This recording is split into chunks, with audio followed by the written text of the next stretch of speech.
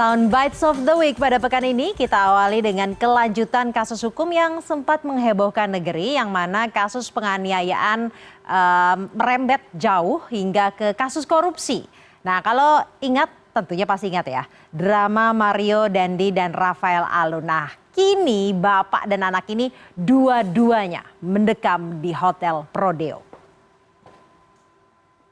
Nah, kalau kasus anaknya, bapaknya saat ini kasusnya masih bergulir, dan kalau anaknya sudah masuk vonis.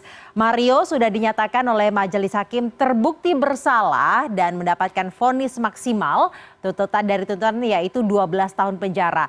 Dan juga divonis harus membayar restitusi kepada korban David Ozora sebesar 25 miliar rupiah.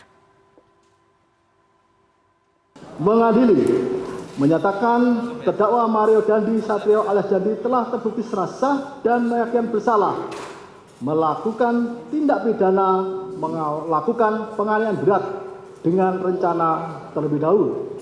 2. Menjatuhkan pidana penjara oleh karena itu kepada terdakwa Mario Dandi Satrio alias Dandi dengan pidana penjara selama 12 tahun. Membebankan terdakwa Mario Dandi Satrio alias Dandi membayar restitusi kepada anak korban Kristalino David Ozora alias Faring sebesar 25 miliar 150 juta 161.900 rupiah.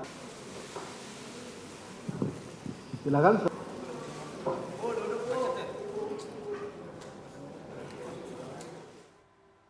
Nah, yang menariknya pada sidang kemarin, selain memperhatikan, mendengarkan vonis yang dibacakan oleh majelis hakim, sebenarnya kepikiran sama yang tadi ada nih, sekelebat apa ya yang dipikirin sama dirasain sama Mario sampai bisa tetap tenang, tetap cool, terus sempat ada terlihat senyum sopan kayak gitu ya kan, padahal habis divonis 12 tahun penjara, bayar restitusi 25 miliar rupiah. Soalnya temennya Shane Lucas yang sidangnya ini sebelumnya juga udah divonis 5 tahun penjara, bayar restitusinya 15 miliar rupiah.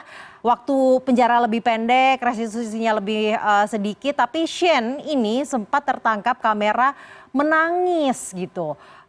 Emang luar biasa sih ketegaran dari Mario Dandi ini. Semoga nanti habis dihukum bisa menyesali perbuatannya ya. Jadi ketegarannya itu justru berbuah manis lah di masa depannya nanti. Nah, selanjutnya ini masih dari kasus hukum, namun yang kali ini korupsi, bukan bapaknya Mario.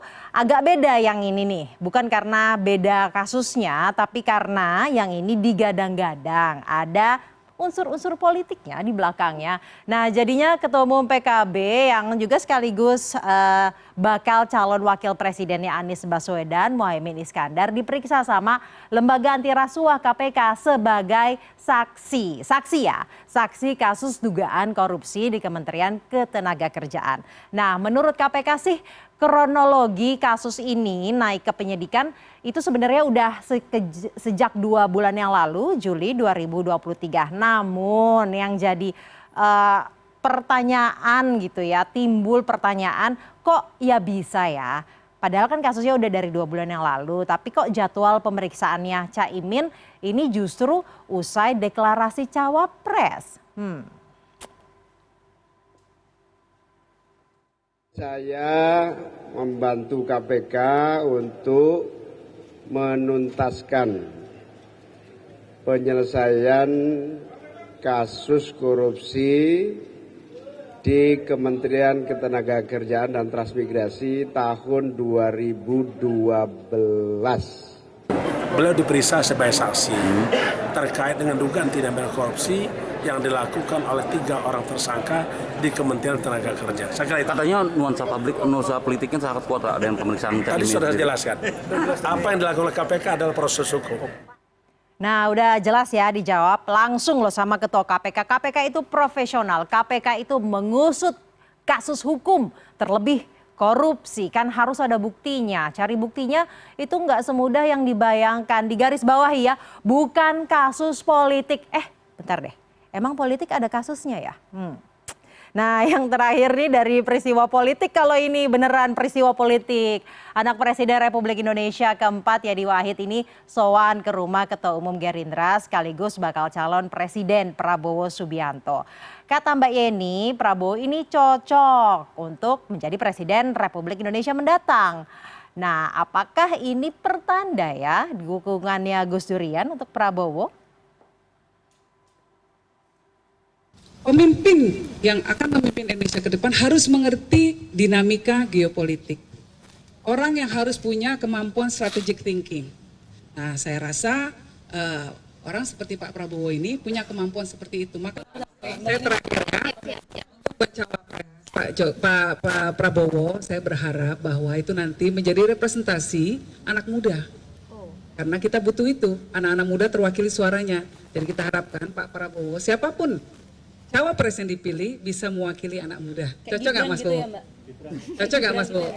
Cocok. Iya. Kriteria dulu, perkara nanti garis tangannya siapa yang jadi itu lain urusan. Kriteria dulu bahwa harus mewakili anak muda. Erick Thohir, Gibran Raka Buming Raka. Itu tadi yang disebut sama Pak Prabowo, dua-duanya masih muda.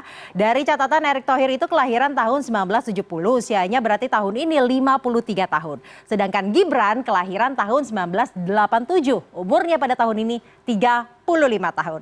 Tapi sejauh ini peraturan untuk ambang batas usia, ya siapa saja yang bisa mencalonkan diri sebagai cawapres, ambang batasnya masih di usia 40 tahun. Berarti kalau di antara dua tadi yang disebut, baru Pak Erick aja nih yang masuk ambang batas itu. Cuma ya nggak tahu ya kalau nanti ada perubahan. Nah, selanjutnya